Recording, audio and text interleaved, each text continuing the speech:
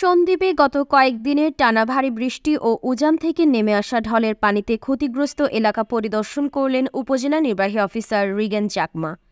গতকাল বৃহস্পতিবার বিকেল ৫টায় উপজেলার মাইটভাঙ্গা ও সারিকাইত ইউনিয়নের ক্ষতিগ্রস্ত বেড়িবাঁধ এলাকা ও বাঁধ পরিদর্শন করেন তিনি।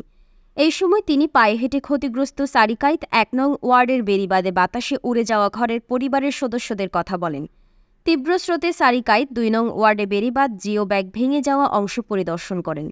এছাড়াও বিভিন্ন স্থানের খাল ও সুইচ গেটের পানির স্রোত ঠিক আছে কিনা সেটাও তিনি দেখেছেন। এছাড়াও তিনি পানিবন্দী বিভিন্ন এলাকায় দেখতে যান। এ সময় উপস্থিত ছিলেন সহকারী কমিশনার সিফাতুল্লাহ, উপজেলা শিক্ষা অফিসার খুরশেদ আলম, উপজেলা প্রকল্প বাস্তবায়ন কর্মকর্তা মোহাম্মদ ইসমাইল, বাংলাদেশ প্রেস ক্লাব সন্দ্বীপ শাখার সভাপতি ইলিয়াস সুমন, দপ্তর সম্পাদক ইঞ্জিনিয়ার নূর মোস্তফা আলী হাসান সহ স্থানীয় জনসাধারণ।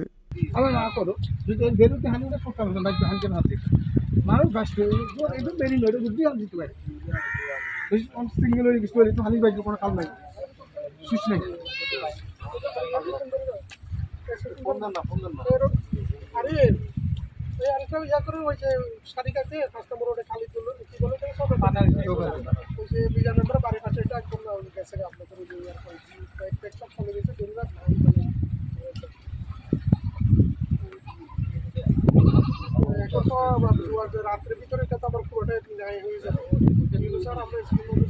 আমরা ছবিগুলো পাঠাচ্ছি আপনার এখানে। না জ্বর না থাকলে একটু কি করা যায়, এখন তো রাত্রে ভাঙে গেলে তো সব যাবে, আমাদের থাকছে না।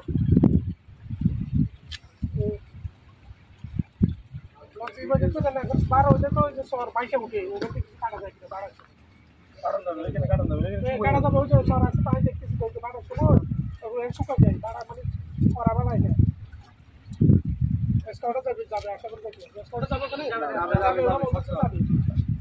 ওখান থেকে বইরে আনতে হবে আপনি কেন দেখেন না, লোকগুলো 12 সময় কাটান 400 আসছি আমরা।